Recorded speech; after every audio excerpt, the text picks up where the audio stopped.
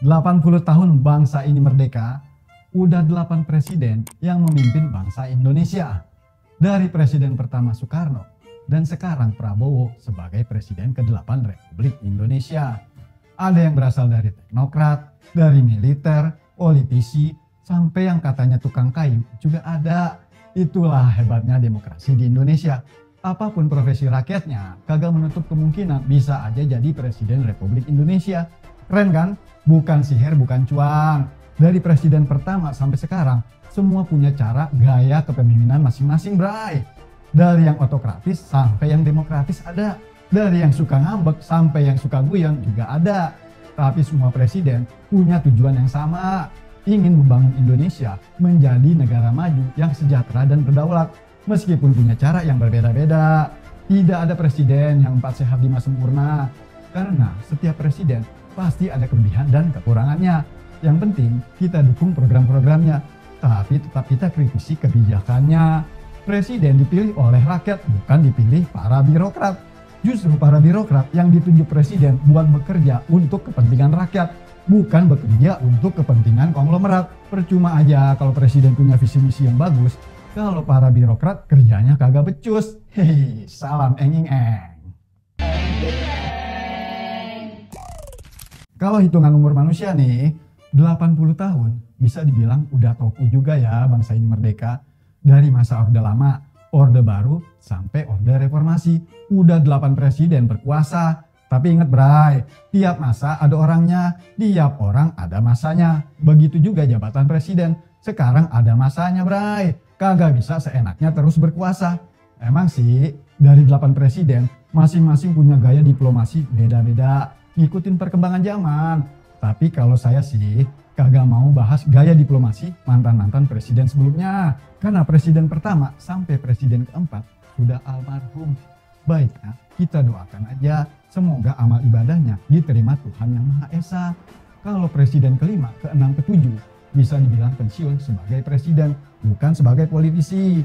Kalau politisi kagak ada kata pensiun lah, kecuali kalau dipanggil sama Yang Maha Kuasa. Buktinya ada mantan presiden yang masih pada berkiprah di gemerlapnya perpolitikan Indonesia. Kayak presiden kelima, Bu Mega, masih sebagai ketua umum PDIP. Presiden ke-6, Pak SBY, masih sebagai ketua Majelis Tinggi Partai Demokrat. Kalau presiden ke-7, Pak Jokowi, katanya sih pulang kampung ke Solo, mau jadi rakyat biasa. Itu kan katanya. Tapi kenyataannya, sudahlah. Kita tunggu aja, Pak Jokowi bakal nongkrong di partai mana nih. Masa doi bakal mengkudeta anaknya sendiri, si Kaisang yang jadi ketua umum PSI? Abrakadabra dong. Nah kalau Prabowo, mungkin gak ya Mas Didit anaknya bakal lanjutin estafet kepemimpinan partai bapaknya? Gak tau lah ya. Ternyata banyak juga kader partainya yang ngaku-ngaku sebagai anak ideologisnya Prabowo. Masa sih? Angka 8 emang identik sama presiden ke-8 Prabowo Subianto. Pas banget, waktu masih aktif di militer juga punya kode sandi 08. Banyak orang mengira nih gaya kepemimpinannya nih bakalan militeristik, bakalan otoriter. Enggak juga ya. Buktinya gaya kepemimpinannya nih saat ini bisa dibilang trendsetter banget. Dari gesturnya, dialognya, pidatonya, komunikasinya luwes, gak kaku kayak kawat gigi. Kadang gaya pidatonya juga mampu mencairkan ketegangan politik sama guyonan-guyonannya yang cerdas dan menyegarkan. Sikap politiknya kagak konfrontatif tapi kooperatif, lebih mengedepankan semangat persatuan daripada pertikaian. Apalagi buat kepentingan rakyat dan negara, bukan cuma partai oposisi aja yang dirangkul, gerombolan sakit hati juga dirangkul bray. Prabowo kan udah pernah bilang, 1000 teman terlalu sedikit, 1 musuh terlalu banyak.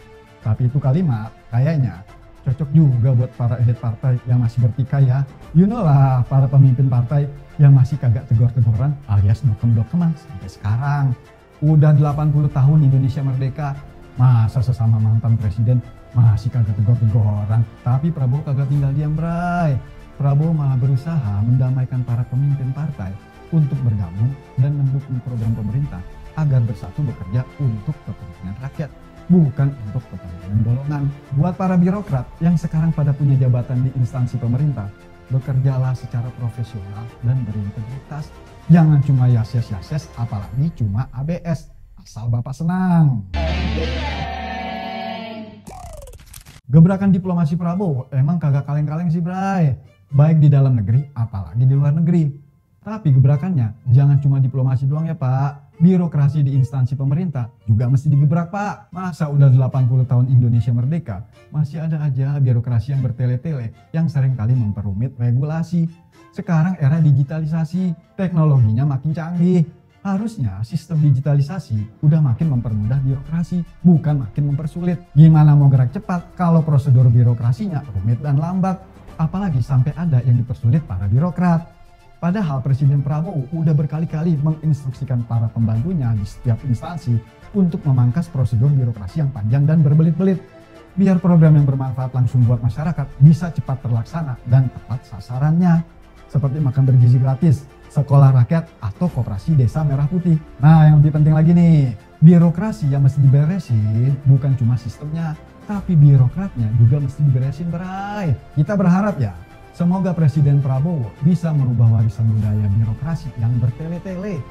Buat Pak Prabowo, dirgahayu ke-80 Republik Indonesia ya, Pak. Tetaplah berbuat baik, Pak. Karena pemimpin yang tulus dan ikhlas harus dikelilingi anak buah yang punya integritas, bukan cuma berkualitas. Hehe. Salam eng eng eng.